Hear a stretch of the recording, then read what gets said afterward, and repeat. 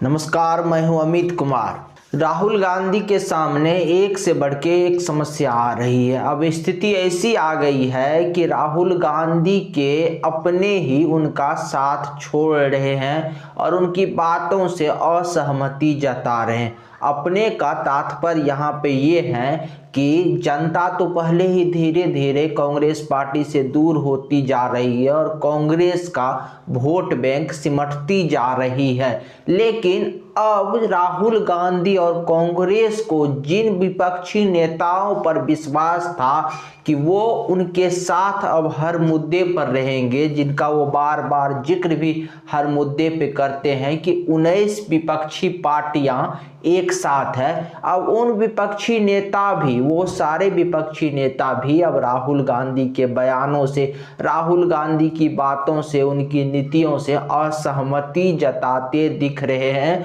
और कहीं ना कहीं राहुल गांधी से किनारा करते दिख रहे हैं। ये खबर राहुल गांधी के लिए बड़ी ही दुख पहुंचाने वाला होगा, क्योंकि केंद्र सरकार को, वर्तमान मोदी सरकार को घेरने के लिए राहुल गांधी ने कई नए पेचड़े आजमाए, कई नए राजनीतिक रणनीति बनाई, जिसमें आप देख सकते हैं, समझ सकते हैं कि आज देश के लगभग तमाम विपक्षी पार्टियां सीबीआई और ईडी से पीड़ित है। अब इन तमाम पीड़ितों को एक साथ कांग्रेस लाने का प्रयास कर रही है और राहुल गांधी ये इस प्रयास में लगे हुए हैं और कुछ हद तक तो उनको इन प्रयासों में सफलता भी प्राप्त हुई और कहा जाता है कई मौकों पर देश के 19 विपक्षी पार्टियां राहुल गांधी और कांग्रेस के साथ आ गए। अब ये इन तमाम विपक्षी पार्टियों को अगर कांग्रेस एक साथ ला लिए, राहुल गांधी एक साथ ला लिए और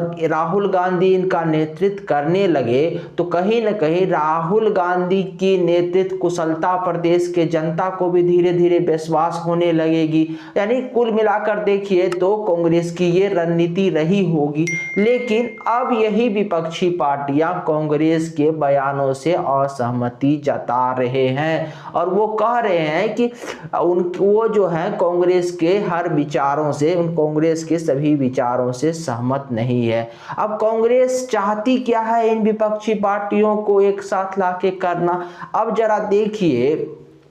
कई राज्यों में आप देखिए, चाहे आप देखिए दिल्ली और पंजाब में अरविंद केजरीवाल की सरकार है और वहां पे कांग्रेस की स्थिति बहुत कमजोर है। इसी तरह पश्चिम बंगाल देख लीजिए, उत्तर प्रदेश देख लीजिए, तो इन राज्यों में कांग्रेस के पास तो अपना जनाधार नहीं है और कम से कम सीबीआई, ईडी, अडानी, इन मुद्दों पर अगर मोदी सरकार के खिलाफ कांग्रेस इन विपक्षी पार्टियों को एक साथ ला लेती है तो एक आस कांग्रेस के मन में जगा होगा या राहुल गांधी की मन में जगा होगा कि 2004 और 2009 में जिस प्रकार से कांग्रेस के अध्यक्षता में यूपीए का गठन हुआ था और यूपीए जो है सरकार बना ली थी, अगर चुनाव से पहले यानी प्री पोल गठबंधन ना भी हो तो पोस्ट पोल अगर इन पार्टियों से गठबंधन हो जाए, कम से कम इस नाम पर भी अगर वो राहुल गांधी से सहमत ना हो तो मोदी को रोकने के नाम पर भी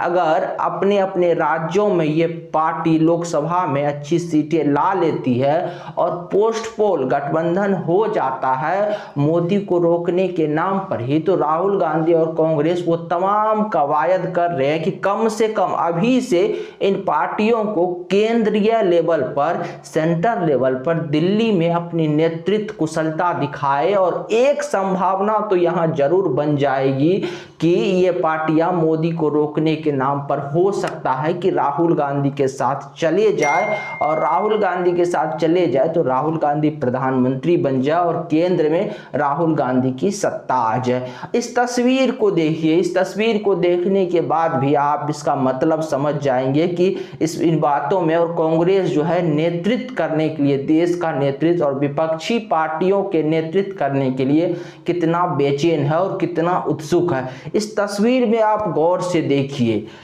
एक तरफ जो है जो मीटिंग लेने की अवस्था में स्थिति में है सोनिया गांधी और कांग्रेस अध्यक्ष मल्लिकार्जुन खड़गे बैठे हुए हैं, और एक तरफ दाएं और बाएं तरफ जो विपक्षी पार्टियों के नेता बैठे हुए हैं जिनमें शरद पवार भी है। तो इन तस्वीरों को देखकर भी आप ये बातों का अनुमान लगा सकते हैं कि कांग्रेस पार्टी का जो ये चाहत है, और कांग्रेस पार्टी खुद भी जानती है कि वो केंद्र में और देश में अभी सबसे बड़ी विपक्षी पार्टियां हैं, और अगर अभी से वो इन सारे मुद्दों पर, जिन मुद्दों पर विपक्ष के तमाम पार्टियां जो है पीड़ित है, जिन मुद्दों से, जिन कारणों से, फिर चाहे वो सीबीआई ईडी देख लीजिए, इन कारणों में अगर इन तमाम पार्टियों को, इन मुद्दों को जोर शोर से उठा के एक साथ संगठित कर लिया जाए तो एक संभावना 2004 और 2009 के जैसा बन सकता है, और बीजेपी को रोकने के लिए इन तमाम पार्टी कांग्रेस के साथ आ सकती है।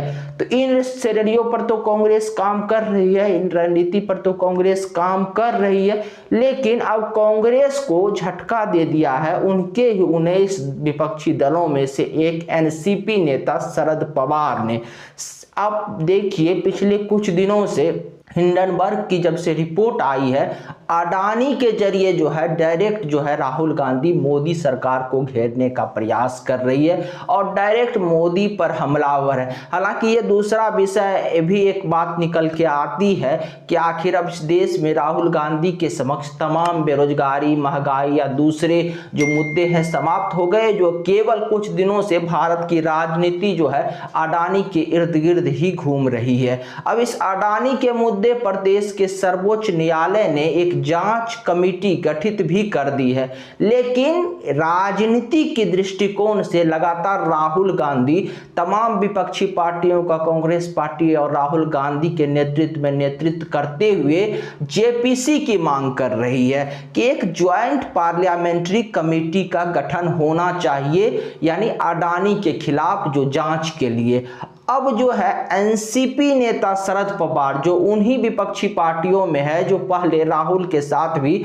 जिनकी पार्टी सुर में सुर मिलाती थी, सुर में ताल मिलाती थी कि ठीक है ये जेपीसी का मांग होनी चाहिए, लेकिन अब शरद पवार ने हाल ही में दिए एक टीवी चैनल को अपने इंटरव्यू में साफ स्पष्ट कर दिया है कि वो राहुल गांधी की जेपीसी के मांग से सहमत नहीं है। ये सुन के राहुल गांधी को तो थोड़ा सा धक्का जरूर लगा होगा कि शरद पवार जैसे बड़े नेता, बुजुर्ग नेता, अनुभवी नेता, और अगर ये बात कहते हैं कि वो जेपीसी के राहुल गांधी के मांग से सहमत नहीं है, और सुप्रीम कोर्ट ने जो अडानी के खिलाफ जांच कमेटी बनाई है वो उनसे सहमत है और वही सही जांच कर सकती है, तो ये इसका मैसेज जो है पूरे देश में जाएगा। और राहुल गांधी की जो ये एजेंडा है, जो वो लगातार अडानी के खिलाफ हमलावर है, कहीं ना कहीं इस मुहिम को कहीं ना कहीं ठेस पहुंचेगा, क्योंकि पिछले कुछ दिनों से राहुल गांधी एक ही मुद्दे को लेकर आगे बढ़ रहे हैं, एक है सीबीआई ईडी और एक है अडानी। अब इस पर भी शरद पवार ने कहा कि देश में सरकार को घेरने के लिए अन्य भी कई मुद्दे हैं, महंगाई है, बेरोजगारी है, और लेकिन जैसे ही बेरोजगारी जैसे मुद्दों पर सवाल खड़ा होगा तो बेरोजगारी दूर करना केंद्र की जिम्मेवारी है और राज्य की भी जिम्मेवारी है, और कांग्रेस पार्टी भी इनमें घिर सकती है, क्योंकि राजस्थान, छत्तीसगढ़ जैसे राज्यों में कांग्रेस की भी सरकार है और दूसरे विपक्षी पार्टी जैसे ममता बनर्जी, अरविंद केजरीवाल का भी दिल्ली, पंजाब और पश्चिम बंगाल में इनका भी सरकार है। इसीलिए सबसे अच्छा और सरल टॉपिक था, यानी एक ही सबसे इजी टारगेट था अडानी, और अडानी के जरिए मोदी को घेरना, और राजनीति इसके जरिए अपनी राजनीति रोटी आसानी से सेकी जा सकती थी, और राहुल गांधी ने वही रास्ता चुना। लेकिन उन रास्तों पर भी अब उनके ही जो नेता है, उनके जो ही सहयोगी थे, अब जो है उन पर ही सवाल खड़े कर रहे हैं, और इससे कहीं न कहीं राहुल गांधी को नुकसान होगा। लेकिन एक बात आपको और समझनी चाहिए, जहां राहुल गांधी अडानी के मुद्दों पर एक तरफ मोदी को घेरते हैं और कहते हैं कि सारे कॉन्ट्रैक्ट, सारे ठेके, यानी सारे सरकारी काम आप जो है एक के बाद एक अडानी को ही दे रहे हैं, लेकिन दूसरी तरफ राहुल गांधी उन मामलों में चुप्पी साध लेते हैं कि राजस्थान में आपकी सरकार है, छत्तीसगढ़ में आपकी आपकी सरकार है, वहां आपने अडानी को कॉन्ट्रैक्ट क्यों दिए, वहां अडानी क्यों निवेश कर रहा है, वहां आपकी सरकार अडानी के साथ मिलकर काम क्यों कर रही है। केरल में या फिर पश्चिम बंगाल में जो है ममता बनर्जी की या दूसरी विपक्षी पार्टियों की जिन राज्यों में सरकार है, उन पर भी आप सवाल पूछिए कि वहां की सरकार अडानी के साथ काम क्यों कर रही है। लेकिन चूंकि जो है इसके जरिए केवल और केवल रोटी सेकना है, इसीलिए केवल अडानी के जरिए मोदी को टारगेट करना बड़ी ही आसान होता है। और राहुल गांधी अपने इस रास्ते पर अपने इस काम को फलीभूत करने के लिए निकल चुके हैं। अब देखने वाली बात है कि जिस प्रकार से उन्होंने 2019 के लोकसभा चुनाव से पहले चौकीदार चोर है और राफेल पर प्रश्न खड़ा किए थे, और 2019 के परिणाम में जनता ने मोदी का समर्थन किया था, और राहुल गांधी को